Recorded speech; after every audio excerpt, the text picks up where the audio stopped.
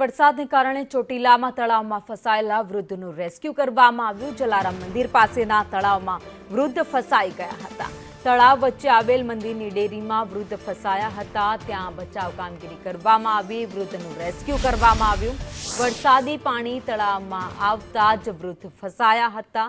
ચોટીલા નગરપાલિકાની ટીમ ઘટના સ્થળે પહોંચી અને વૃદ્ધનું રેસ્ક્યુ કર્યું હતું। આ દ્રશ્યો એક્સક્લુઝિવ સંદેશ ન્યૂઝ આપને બતાવી રહ્યું છે। ચોટીલાના જલારામ મંદિર સામે આવેલા તળાવમાં એક વૃદ્ધ ફસાઈ ગયા હતા।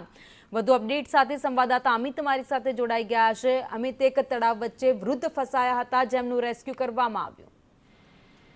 જી, ગઈકાલ સાંજે ચોટીલામાં વરસાદનું આગમન થયું હતું। વરસાદના આગમનના કારણે ક્યાંક ને ક્યાંક તળાવમાં બધે પાણી ભરાણા હતા।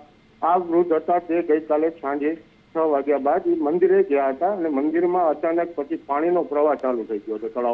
તળાવમાં પાણીનો પ્રવાહ ચાલુ થતા ગઈકાલે સાંજે આશરે 7 વાગ્યાની આજુબાજુથી સવારના આજે 8-9 વાગ્યા સુધીમાં આ વૃદ્ધ ત્યાં ફસાયેલા હતા અને અહીંથી હાઈવે જલારામ મંદિરની આજુબાજુમાં જે હાઈવે પસાર થતો ત્યાંથી ચોટીલાના કોઈક નાગરિક દ્વારા આ જાણ થતા કોઈ વૃદ્ધ ત્યાં ફસાયેલ છે તેની જાણ તેમને નગરપાલિકાને કરવામાં આવી હતી। નગરપાલિકાની જે ફાયર ફાઈટર ટીમ છે તે આ જાણ થતા તે ઘટના સ્થળે પહોંચી હતી અને તેના તરવૈયા દ્વારા તે વૃદ્ધને બચાવી લેવામાં આવ્યા હતા।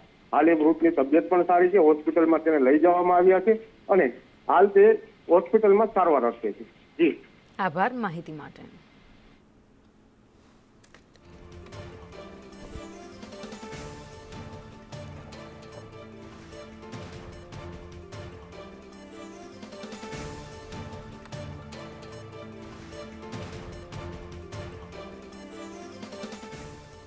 વરસાદ વરસતાની સાથે જ કેટલીક જગ્યાઓ પર પાણી ભરાઈ ગયા, જેના કારણે ફસાયેલા લોકોનું રેસ્ક્યુ કરવામાં આવી રહ્યું છે। આ દ્રશ્યો ચોટીલાના તમે જોઈ રહ્યા છો, જ્યાં ભારે વરસાદ બાદ એક વૃદ્ધ જલારામ મંદિર પાસે ફસાયા હતા તળાવની વચ્ચે, જ્યાં વૃદ્ધનું સ્થાનિક ટીમ દ્વારા રેસ્ક્યુ કરવામાં આવ્યું હતું। હાલ વૃદ્ધને હોસ્પિટલ સારવાર માટે ખસેડવામાં આવ્યા છે।